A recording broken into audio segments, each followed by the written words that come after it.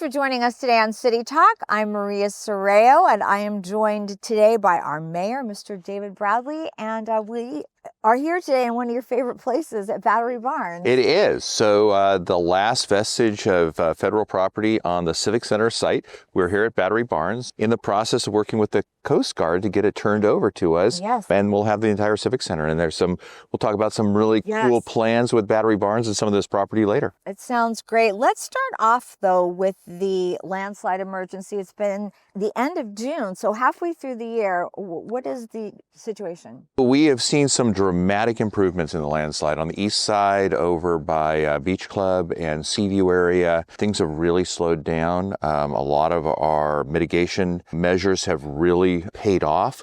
So movement down there is almost imperceptible right now. I wish I could say that was the same on the western side. The western side is still moving way above what we've historically seen. Certainly not what it was moving a year and a half ago. So we have had some improvement, but not the improvement we've seen on the east side. We've been very lucky too with no rain.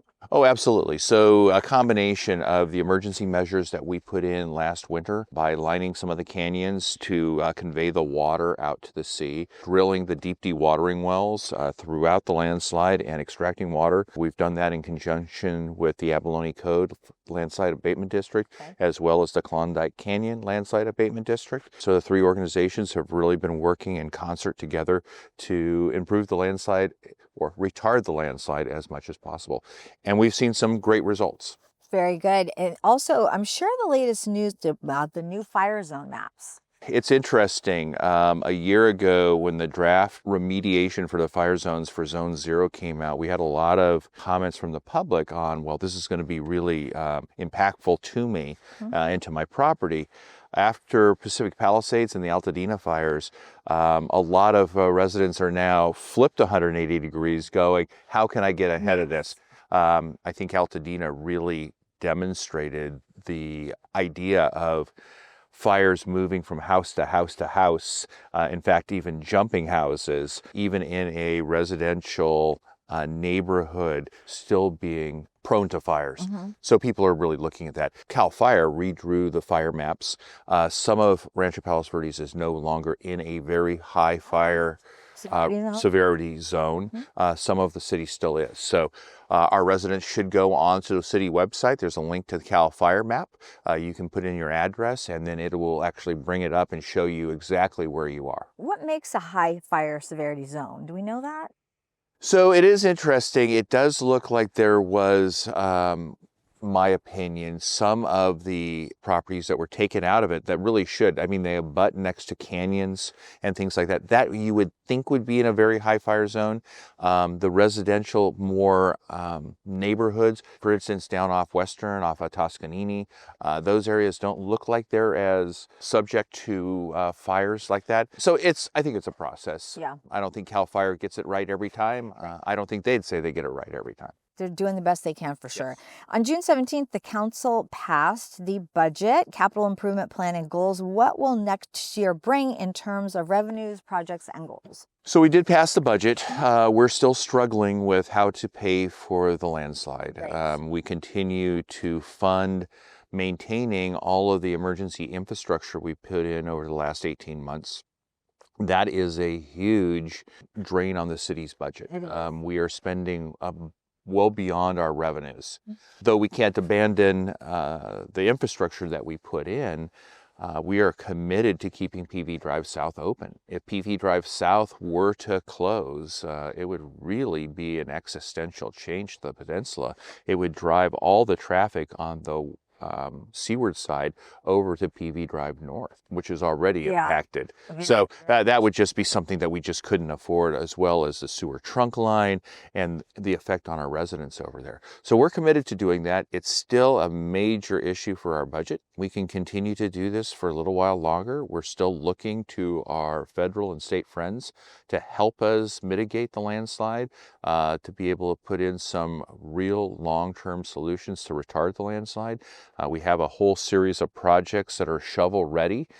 So we're really hoping that both our federal and state partners will get behind it and help us solve it. And what's the strategy with that? Is that moving forward with state and federal? Oh, Or? absolutely. We are in constant contact with our federal representatives, with FEMA, with Cal OES, with our state representatives up in Sacramento. We are working with all levels of government to try to come up with funding to help us. I know one option was that was considered is possibly a toll road. Where are you with that? So the toll road, that's such a funny question. I know. We had a lot of people, a lot of residents come to us and say, oh, you should do a toll road and make the people that are using Palos Verdes Drive South pay for Palos Verdes Drive South. We had so many people come to us that we felt we had to task staff to go off and look at it. I personally don't think it's going to pencil out. I don't think that the administrative costs for putting in toll road would ever pay off. I think we would be in a negative, so we'd be worse off financially, but we're doing this study to look at it. I think the unintended consequence of what we would see is people that drive on Palos Verdes South today, while it's free, would, if we were charging a toll, push to Palos Verdes Drive north, since we are all a very frugal group in the peninsula. So I think it would have the unintended consequence of drastically reducing the drivership on PV Drive South, thus the revenue. We would still have the constant cost of an administrator for a program. So I think there's just a bunch of things that just wouldn't work out. But we need to do the homework. We need to do the study. We need to figure out. Very good. The City Council approved the sheriff's growing contract. Give us a breakdown of the costs and the services provided to the residents. So the sheriff's contract continues to grow. The cost per hour and the cost to us for the liability trust fund with the sheriff's department. It is concerning. I mean, it's another thing that's continuing to put pressure on our budgets. That's why we established the public safety department to try to mitigate some of those cost growths, that we can bring some things in-house to the city, do some of the more, I don't want to make it sound trivial, but more of the administrative community outreach things. We can do that ourselves. We don't have to have a sworn deputy doing that. We feel that we can do that much more efficiently, much more economically viable, and try to maintain year over year a modest cost growth for the sheriff's department. And then what about, I know that you've been working with the sheriffs to increase traffic enforcement on Palos Verdes Drive East. Yes. So where are you with that, especially the area impacted by the landslide? So Palos Verdes Drive East, we asked the sheriff to really put a focus on enforcement there. We were writing about 20 citations a day earlier in June. Is that for speeding?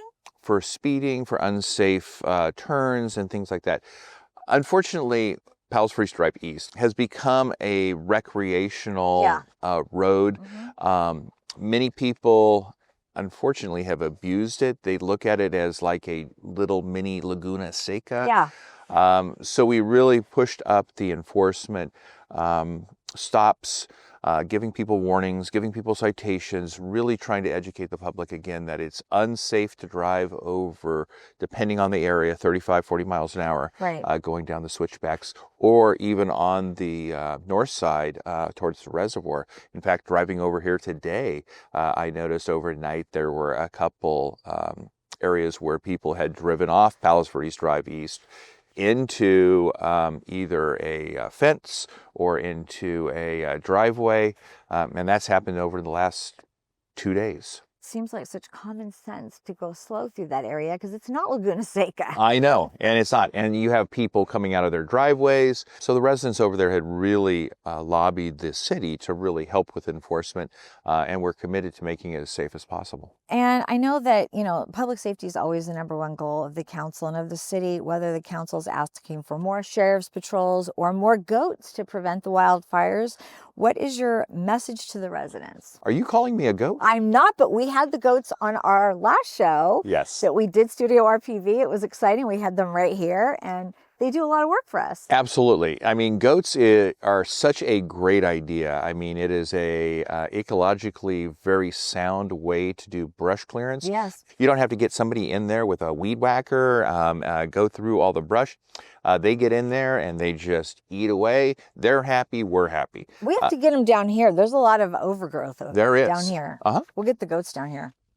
And tell us about some of your mayoral activities, because I know we keep you very busy.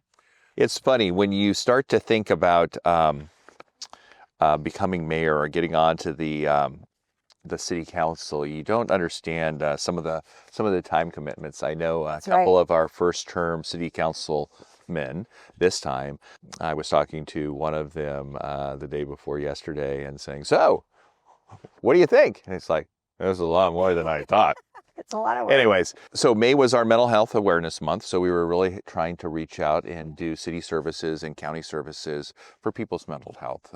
It's so important to make sure that people don't get overstressed, overwhelmed with life, and really are able to take things day to day. We were able to go to the Memorial Day observance at Green Hills. Green Hills always does a fantastic job. Yes. They put in a fixed monument now up at the top for honoring our veterans. This year was the 50th anniversary of the end of the Vietnam War. For some of us of a certain age, we can remember 75 and the fall of Saigon, and getting out of one of the really controversial portions of U.S. history with the Vietnam War. Right. So we honored those veterans that had served there. It was a really moving ceremony. Several relatives of families that had servicemen that had died in the Vietnam War or were missing in action in the Vietnam War were there and read some very heartfelt letters. They do such a great job with that ceremony, and like you said, you get to actually talk to people whose families were affected, and it is very, very moving for sure. And then we continue. We had Pet Pals from San Pedro came in. Yeah. So we had a couple puppies come in, which were really fun. I mean, they were scared to death. I swear I'm not that scary, but they did great. So if people are really interested in having a pet, yes, help with mental health, yes, Pedro Pet Pals. Pedro Pet Pals are there to help. Absolutely. And then one of the other neat things that we get to do is we get to honor Eagle Scouts. So we seem to have a whole crop of Eagle Scouts lately. As a Palos Verdes Peninsula Eagle Scout myself, it's always exciting to honor those young men and young women, which you can be a young woman now and be an Eagle Scout. There you go. But it's really fun to watch that. Watch those people come to that culmination. It's so great to see the dedication you have to become an Eagle Scout. That's right. It's a long path, a lot of merit badges, a lot of learning, a lot of leadership, but it's a culmination for those young people. Absolutely. Now let's talk about Battery Barns. We are right here, from the military history to possible future plans, which I know you're very excited about. So Battery Barns is part of the heritage coastal gun emplacements that were put in during World War I, World War II, and then this was part of the Nike missile site at one time. Where we currently are sitting, we're sitting in the gun mount of a 6-inch coastal cannon that was originally here to defend the lanes coming in and out of LA Harbor. Been decommissioned for years. Behind us we have the bunkers where the ammunition would have been stored, and all of the equipment to run the gun emplacements. It is the last piece of actual federally owned land still within the complex. We're asking the Coast Guard and working with the Coast Guard. They're very interested in turning it over to us to allow us to rehab it and to revitalize it.